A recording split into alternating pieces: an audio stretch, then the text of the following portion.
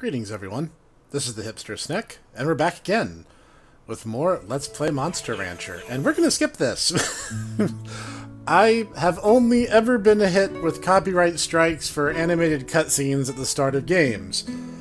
And I don't want this to be another one of those instances. If you want to see it, the video's on YouTube. It's called Dreams Can Be. It's a very pretty song, and I like it just fine. Now, there's a few things that I have to go over real quick because they're technically relevant to what it is that we're doing. I had two options in terms of how I was going to be able to present the game to you all. My first option was to use my actual PS2 and game disc and then use a game bridge that I own, but that would make everything look like it was recorded on a 1970s VCR. So, my other option was to use the game disc within the confines of the context of an emulator. That's not amazing, but it is the solution that ended up working for what we needed. And it is going to lead to a couple of glitches. A long time ago, people and monsters lived in harmony. Not sure why the air quotes, but okay. But eventually, humans sealed the monsters inside tablets called Saucer Stones. No, they didn't! Monster Rancher 2 says that it was the Divine. And there is nothing in the contexts of the games that says humans were ever capable of doing that. And again, I don't believe that Monster Rancher Evo happens in the same continuity, so I don't believe that things like Nayuta's power could actually be invoked in this case. Today, monsters help humans once again, albeit help in a different form. This is Nettle Kingdom. This country uses the finest techniques available to regenerate monsters from Saucer Stones.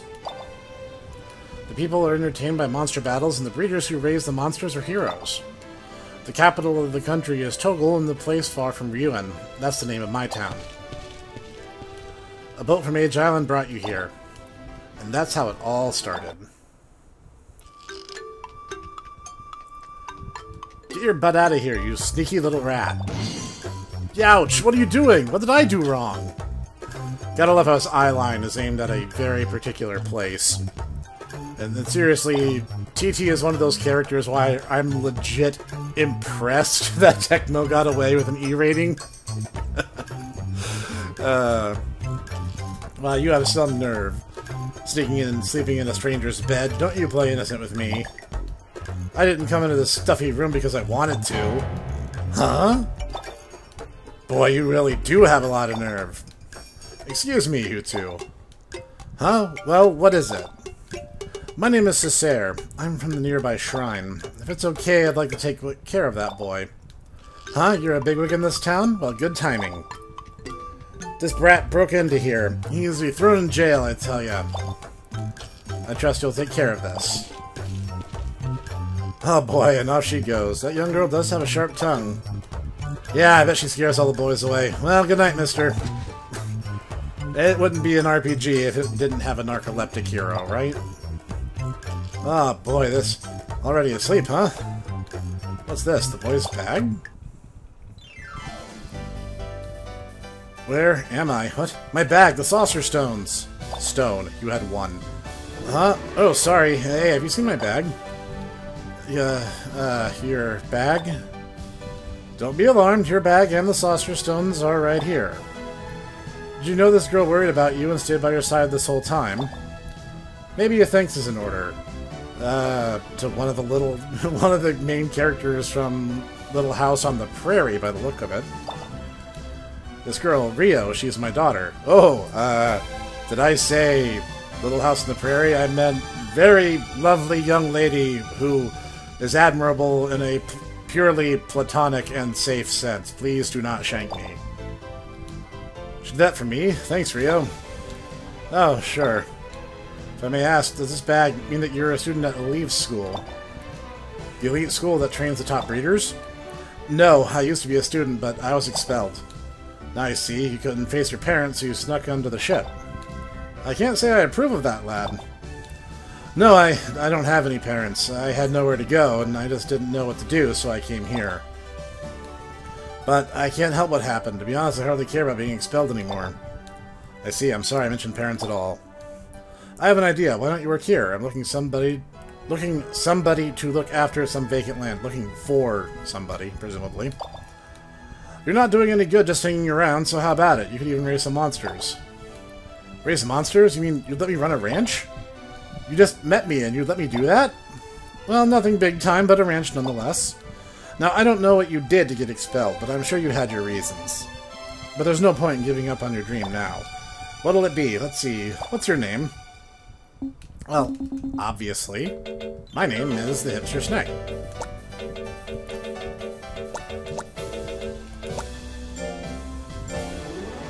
Snek. My name's Snek. Of course I accept. Thanks, Mr. Cessair.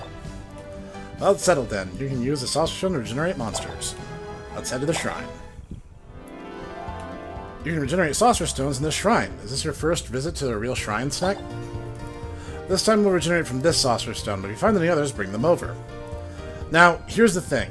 This is normally where that CD-DVD integration thing comes in, and it doesn't work in this format. Like I said, I have to use a little bit of an intermediary in order to convey the game and not have it look like it was, you know, shot on retrograde film. As a result, I chose this method because it would give us the cleanest presentation, and I'm using a GameShark code to fill out my book, so I can just pick and choose monsters as we go.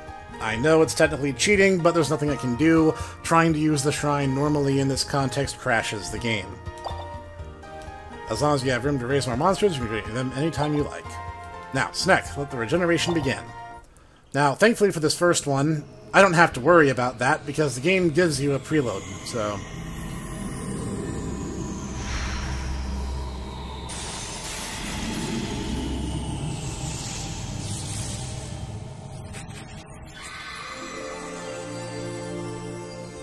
Specifically, we get a Garu. This is your first monster. Okay, let's have you give it a name. Well, the Garu I raised at the end of Monster Rancher Advance 2 was Billy, so I'm gonna name this one Jimmy. If you're still lost, it's a double dragon joke. That's a wonderful name. Give it all your love. Now, Rio takes Snek to that empty plot of land. Oh, yes, father. Come with me. Cute little animated loading screen there. We're here. Wow, it's huge and so mysterious. This is just awesome, huh, Rio? Wait, I hear a voice from over there. Who could it be? Shoot, wait up, I tell ya. Finally, caught up. Are you the boy named Snek? Yes, who are you? My name's Yuri. Cessair told me to come to help you. I work at the item shop, but I always wanted to try being a ranch assistant. Isn't there some kind of formal qualifications for that, or did they just let anybody do this? I look forward to working with you. Snek, let's do some good work together. Sure, Yuri, let's. It's time for me to go home. Rio, she's gone. Anyway, let's do some good work. I might not look it, but I've done my homework. You can count on me. First, let's go over ranch basics. Tune out your ears and listen up carefully. I'm a Snek, I don't have those. At the beginning of the week, you create a schedule. Schedule training to strengthen your monster. Schedule breaks to let your monster rest. You can schedule up to 8 weeks in advance. Use this to create a long-term plan. Select the training type and time, then free time to play with your monster. By playing with your monster here, your monster's bond with you will strengthen. Praise monsters when they do a good job to further strengthen your mutual bond. If a monster is not doing what it should, then it's time for discipline. Lazy monsters to be brought into line. Love is both carrot and stick, and this also increases bonding. Use your best judgment and take advantage of free time as an opportunity to raise the level of bonding. Lastly, rest on weekends until you get used to things. Later you can enter competition and shop in town. That's a typical week on the ranch. The rest you'll learn as you go. That was a very useless tutorial, and I'll give you guys a much better one. Good, you're a great partner. Let's give it our best then. So, immediately, what most people do is they hit training and, well, there's nothing scheduled, so the Garu just goes straight to resting. That's not a big deal. Accidents happen. Now, right now, all we have are simple exercises. Simple exercise raises one stat a little bit. And we can get a bit more breakdown by tapping that button. And what I need right now, actually, is data. Because this is a little bit different. The level system that we've seen in previous games returns, but it actually increases in increments of 20, not in increments of 50. Also, you can see our rank, our genome, stat spread, adventure level, which I'll get into later, star points, which I'll also get into later, bonding, which is, as Yuri was explaining to us, how much the monster loves and trusts and respects us. Focus is how much they're putting into the training, tired is fatigue, fullness is how hungry they are, and status is the general overall summary of the above. Now, there's a few things here that weren't in previous games, and apart from things like adventure level, the one that I will draw your attention to is that blue icon up there that says Sprite. Sprite is the family that Garu belongs to. I don't remember if I brought this up, but in Monster Rancher Advance going forward, monsters are broken up into 5 different families. Sprite, Spirit, Artificial, Beast, and I forget the other one. Fanciful. It's Fanciful. The families in that regard are a taxonomical classification, and basically it changes the way monsters become friends with each other, which is a thing in this game, and also how they fuse together. How this works, I have no idea. I don't know. There was a really nice chart in the instruction booklet for Monster Rancher Advance 2, and if anyone can get it for me, I would be most in your debt. Also, we have a visual breakdown of all our stats with handy icons representing each of our stats. And, unlike Monster Rancher 3, our accuracy stat is back where it belongs. Page 2 is our attacks. Much like in the advanced games, it's 3 slots long, and we can customize it to our heart's content, including removing attacks from the reel and leaving them blank. Technically, there's no mechanical advantage in doing so other than just not hitting a button by accident. There's also an elemental system into this game, and I'll get more into that later. Here we see a breakdown of which ones you resist, which if it's positive, our monster resists that element, and if it's negative, they're weak to that element. So Jimmy here is resistant to fire, a good deal, and a little resistant to water and heart-type moves, and a tiny singular pip weak to magic abilities. And much like in Monster Rancher Advance 2, they have their traits, Sonic Mail and Fire Lore. Oh, I guess I do get to talk about the elemental system. The lore abilities lets you not only get an increased amount of particular element, it'll allow you to apply the element to your attacks. Let me show you. Let's say... Here, we have Wild Slash, which on its own has these particular parameters. Life damage, guts damage, crit rate, and accuracy, like normal. But I also have the option of changing it a bit by adding the fire element. This will suddenly up the life damage quite a bit, critical rate a little bit, and lower guts damage and accuracy rate a little bit. This is one of the things I love the most about Monster Rancher 4, because now I have the option of going one step further. Whoops, wrong button. I can put another copy of the attack, and then, on top of that, modify it with that element. Now, I have the regular version with a little less damage and a little better accuracy, and then a version with higher damage and lower accuracy for big tanky monsters. Now, if they're like this, like Tornado is always Wind Affinity. I can't change this no matter what I do. And if I try, it just won't let me. Ditto with Fire Charge, which is always Fire Affinity, so those stats are always like that. But if it doesn't have one by default, then you can customize it with any elemental lore that your monster has available to it. The fire lore is okay, but generally speaking, the best in the game I find to be Wind Affinity, which is a big improvement to damage and a small improvement to accuracy at the cost of guts and critical hit rate, which are less reliable. But don't worry, we'll get more into that later. And lastly, is a very familiar screen. It tells you how strict the monster is about their training, their general temperament, their size, whether they're fat or thin, what they like and what they dislike, and their overall records. I know that was a lot to take in, and I don't suspect that you guys will memorize this, but I kind of wanted to show you how Monster Rancher 4 breaks it down. It's a little bit more comprehensive than we've had in a while. Now, having said that, we're going to do a simple rotation, focusing primarily on just 3 stats. Garus are pretty well-rounded, so I don't really think you can go wrong. But I'm going to make a little something that looks like this. These exercises will build up fatigue, but not super fast. So I think this rotation should be good, and I can adjust this as we go if there's ever a mistake. Having done that, I can now just hit training, and the training that I have scheduled will immediately commence. Now, unlike the regular success, great success, or failure options that we had in previous games, everything is measured in a percentage. Now, this has caused a bit of confusion, and people have asked for many years what the general parameter should be for praising and scolding. My usual rule of thumb, if it's over 80%, I praise. So in that case, I'm just going to go over to him, and... no. Oops, hit the wrong button again. I'm kind of adapting from a very different playstyle, so I'm going to praise him, because 89% is pretty good.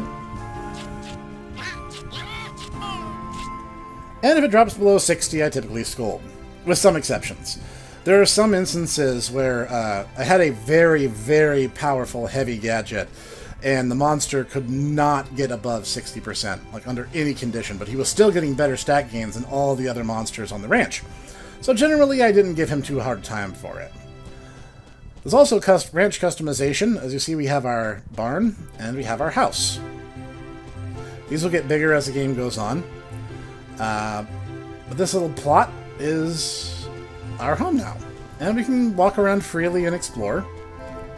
And again, it will get bigger. It's not like this is the entire game. And there's our gateway on to and off our property. There's not a great deal to do yet, and the free time wheel there with the little dot, that's how many actions you can take. And part of that's going to be your rank, part of that's going to be how many monsters you have, and part of that's going to be a story progression, I believe. So we're good for now, so we can just go ahead and go to the weekend. Unlike in previous Monster Rancher games, we have the option of being able to visit the town in order to buy items, or to even go into tournaments the same week as training has been conducted. So the week rotation is now a little bit more flexible, because now you can do stuff during the week like training, and then you also have the option of doing battles on weekends, so you're not just compromising time. In fact, this is probably the most intuitive system Monster Rancher has ever chosen to use, and I hope in future installments, if there indeed are future installments, that they use this system again, because I think this is the most fair. And yes, I did see Ultra Kaiju Monster Rancher. I am incredibly excited for it, naturally. Hello. I heard that you're going to start a new monster ranch in this area. My name is Cynthia. I do registration for the Togle Monster Association. Nice to meet you. Which is a subsidiary of FIMBA, as we'll learn later. The association oversees various ranches. I'm in charge of Togle. First, register the name of your ranch at the association. Here's how you do it. First, select a symbol for your ranch, then select a name. The name of the ranch becomes permanent, so make sure that you think of a good one. Now, she says symbol. What she really means is farm, street, club, town, things like that. And it's going to be ranch.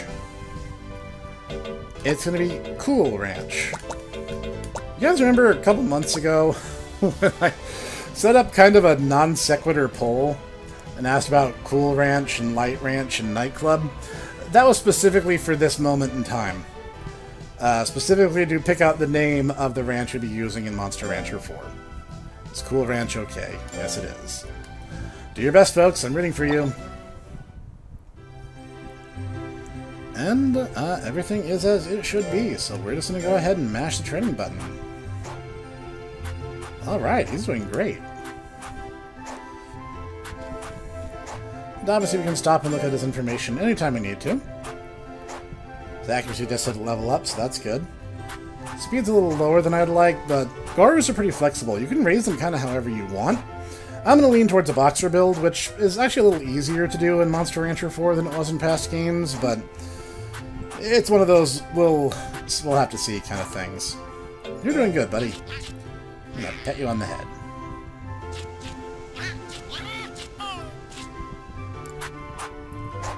And having done that, we just go to the weekend. Once again, there's nothing for us to do because we can't buy anything yet because the shops aren't open. Keeping up the good work, Snek? I brought some treats today. Here, give these snacks to the monsters. On a ranch, you gotta train your monsters. You gotta look after their health, too. Focus, fatigue, and fullness. Status, you can check all of these stats on the lower right gauge during scheduling. During free time, talk to your monsters plenty and care for them as appropriate to their status. And you know, breeder rank and ranch status has the number of actions you can execute during free time. You notice the small sphere on the lower left during free time? That's the number of actions you can do. Now, there's one sphere, so you can do one thing. Now, don't even forget to feed your monsters. Do your best, Snek. Receive 2 potatoes, 2 mangoes, and a squid. And a beef. Saying that I got a beef is one of the strangest things in terms of how literal-minded you're supposed to be about it. So, he's actually doing pretty good. So, we're just going to get the training started. Yeah, he's doing pretty alright. I mean, he's still a baby, obviously. He's still going to go through his growing phases like before. Well, he is getting kind of hungry. Now, the thing that you need to know is the way food is organized is sorted by the monster's preferences. So, his favorite food is the beef, followed by the squid, potato, and mango in that descending order. That doesn't mean he doesn't like mangoes, that just means that's not his preference. But if you have a lot of different food items and an item appears very, very low on that list, it probably is a disliked item, or at least one that he doesn't care for as much. For now, I'm going to give him the potato, because Garus are kind of trash compactors when it comes to what they'll eat. And now that yellow fullness bar is back up. Potatoes are cheap and filling, and thankfully they don't have the enormous negative drawbacks they did in the PS1. Broadly speaking, when you have enough money to just have unlimited foodstuffs, I strongly recommend watermelons for ones like Garu, who are very not picky. Because generally speaking, they do a bit of fatigue decrease and stress decreasing at the best possible cost, best bang for your buck kind of thing. That's a general rule thing. You don't necessarily need to feel like you're married to that advice. So, there's nothing to it but to go on.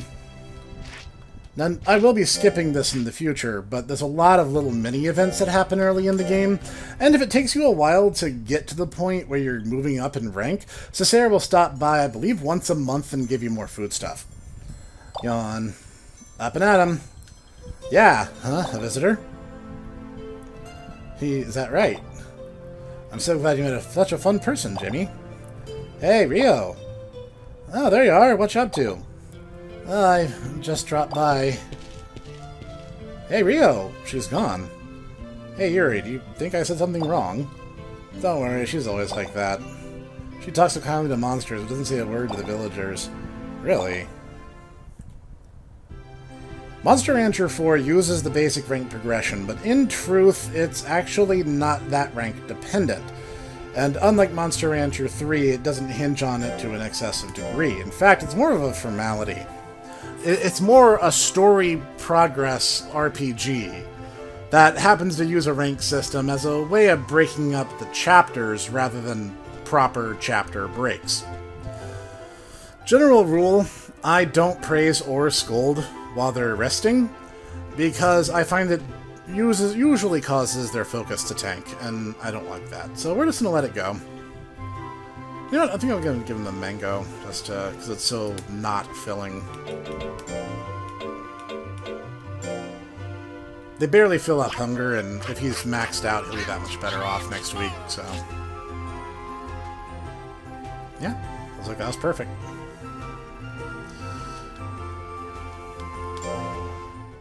The game is more of a narrative progression. The moon is so bright tonight, I can't sleep. Now, fun fact, the weather effect is chosen randomly each week, and the first time I ever triggered this event, it was actually raining, but the sky was still perfectly clear. It was really weird looking. When I was expelled from school, I thought I'd lost my shot at my dreams. But now here I am, standing in the middle of this ranch, under such a beautiful moon. What a strange fate. Is somebody there? We don't get many chances to meet these days, do we? Well, you know you're welcome to come anytime you like. He sure seems like a nice boy. I sure wish I could meet him, too. No! If you did that, you'd be in trouble. Just like I am now. I'm sorry, please don't cry, Rio. Don't worry, I won't do anything rash, okay, Rio? No, I'm sorry. I've got to go.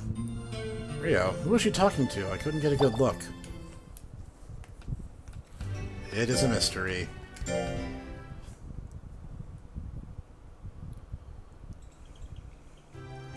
Looks like we have a visitor. Oh, it's Cesare. Hello, Yuri and Snek. This place is turning into a very nice ranch, if you say so. You bet it is. I wouldn't settle for anything less. What brings you here? I figured it's about time for you to start thinking about the competition. Would you like to go and take a look first? Wow, yeah, of course. I'd love to go. You too, right, Snek? Yeah, sure. I'll bring Jimmy along. That way we can scope out our rivals. This sure is exciting. Next is the main event with the Ryuan breeders.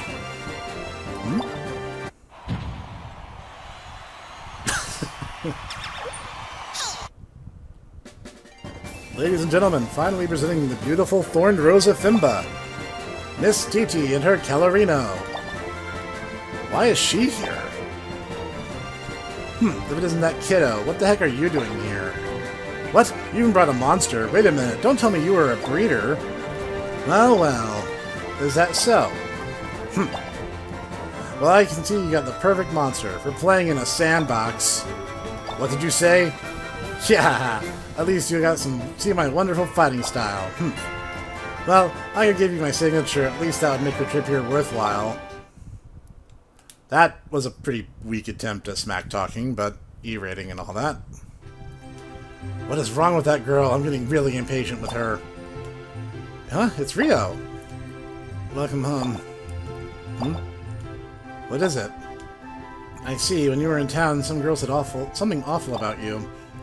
I'm so sorry. Yeah, I see. But you can't let a mean girl like that get the best of you, okay? Bye. She's gone. Did I ever tell Rio about that girl? No. It was as if Rio was talking to Jimmy. Now you can go to the Monster Association. Random. We don't really need to, but the association is where you can freeze monsters. Now, unlike most Monster Rancher games, freezing a monster is permanent. You do that, that's the end of their lifespan, no questions being asked. So don't do it unless you're serious about it. So I have to run, I think, a couple more weeks and have a little bit more story time before we get to where we're really taking off our leash. But he's doing good, so I'm going to praise him real quick. Good job, little buddy.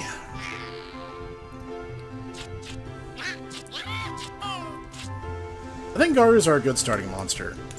They're very people-friendly, so I think it's a good choice. Moonlight's bright tonight, just like the other night.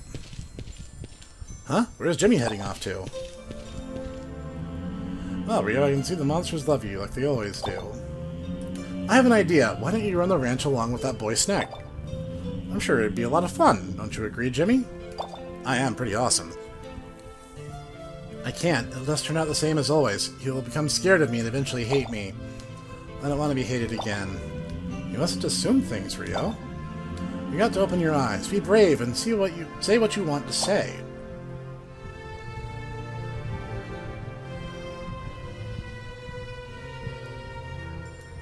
Yep, that big old tree in our yard is this fella. Hey? What? What? Snek! No, don't look at me! Now it's alright, Rio. You can't hide it forever. It's a beautiful moon tonight anyway. Why not talk it all out? My name is Makruji. Trees with unusual powers like myself are called spirit trees. I'm one of the oldest of the spirit trees. And at some point in my life, I learned to speak human a bit. But I didn't want to surprise them, so during the day I stay quiet. Wow, but you know, isn't it kind of sad to stay quiet even though you can speak? What do you know?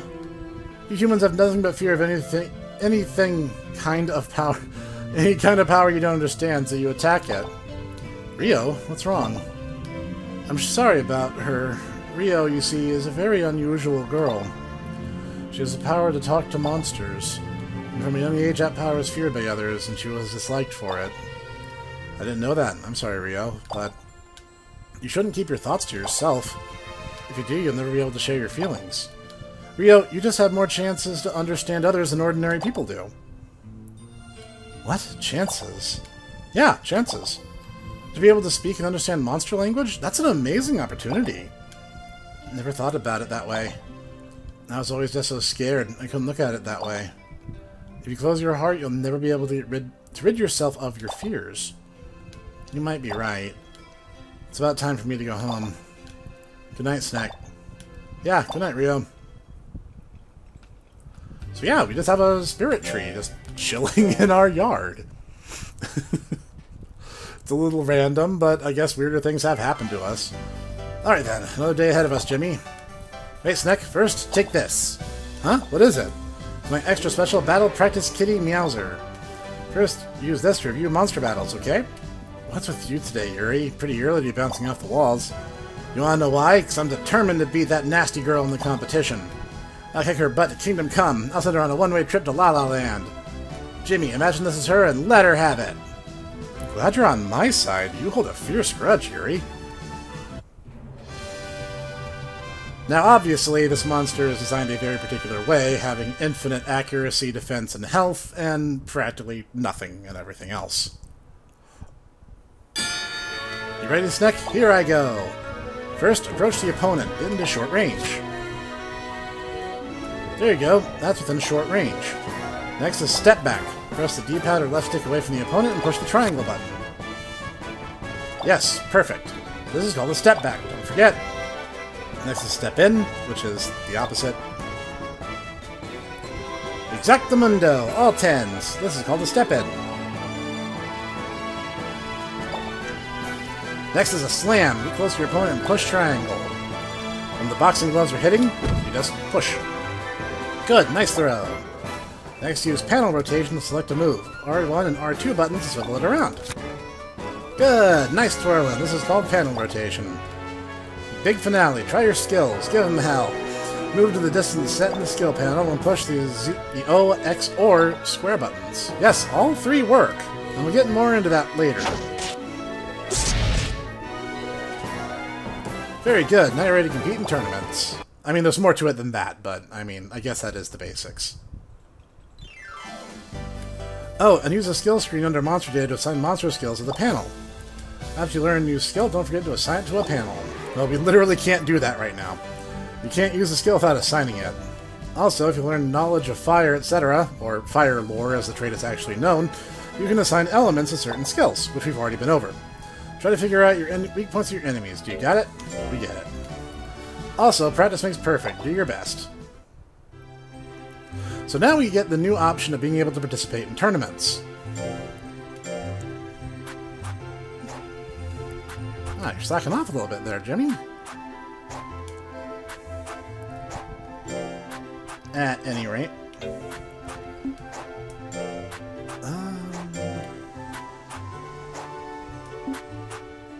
Okay, I'd have to do it from the weekend menu. Oh, I can't do them yet, but we're getting really close to it, and that's when a new mechanic is going to come up that I think is actually a pretty good idea. Snek, let's try entering a competition. Sounds like a good idea. I don't really know how. Maybe we can go talk to Cynthia about it. I thought you'd say that, so I brought a competition calendar. Use this to enter the competition. First, use a cursor to mark the competition that you want to enter on the calendar. Select the monster and add it to the schedule.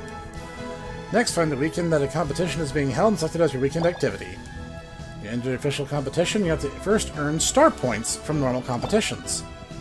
If you want to win an official competition, your monster's rank rises, and you can enter higher rank competitions. To enter the top-ranked official, your breeder rank has to rise too. Only the association can grant breeder rank, so it's hard to know when your rank will raise. So I guess you just have to hope for the best. I guess that's about it. Did you get all that? You're set. Let's beat that annoying TT girl. Now we can enter competitions. And they really do like that word, don't they? Okay, so now we have the calendar option. So obviously, right now all we can do are what's called single battles, which are designated with an S. Officials are marked with O's, and they no longer happen all in one stacked column, they actually happen throughout the year. Official E, official D, and so forth. There's also group battles, designated with G, and later in the game, we also get tag battles marked with a T. This episode's been going on a little long, so I think it is about time for us to have some action. So what we're going to do is we're going to change this to rest.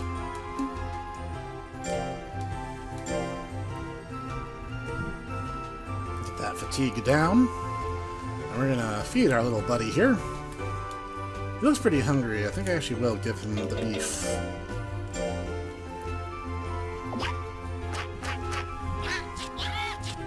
There we go.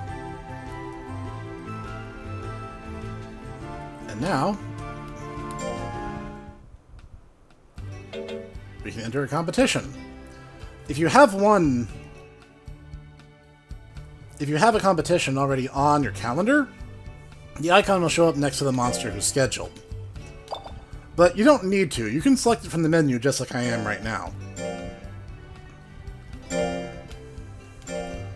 So we're going to see how Jimmy stacks up. Honestly, the E rank in this game is kind of a softball. So we're going to try to ride that wave. Ladies and gentlemen, presenting the Raspberry Cup. Who will arise victorious? There can be only one. Let the tournament begin. Now we get our breakdown.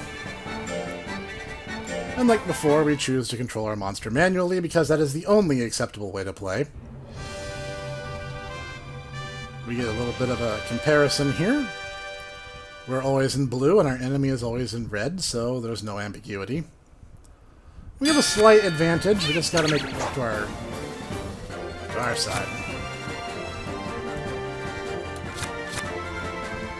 Ah, yes, but he is young, and also certain monsters have proclivities towards foolery. And there's different types, too. There's bullish, which is what Jimmy here has, which makes him move towards the enemy. There's timid, which make them move away from enemies, and there's a couple others. But those are the two most common types. The worst part about it is even when your bond is completely maxed out, they can still end up doing it sometimes. It's very annoying. This is an elimination style, so we'll only have to fight 2 monsters here. That's an arrow, or what used to be called a mint. She has high intelligence and looks like no intelligence moves to speak of. So that's interesting.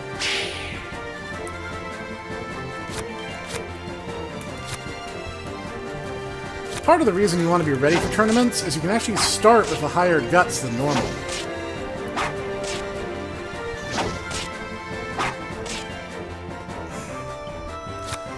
You can start with higher guts than normal, which is really cool. Taking good care of your monsters is directly rewarded by the game mechanics. No, Jimmy, stop. That's why bullish can be really annoying, especially if you're trying to keep your distance. That worked out, but it was a little closer than I would have liked. The winner of this terrific battle is Jimmy. Congratulations!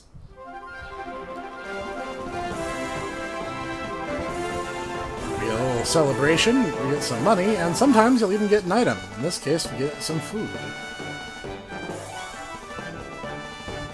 And fame, which has no mechanical effect because expeditions don't work that way.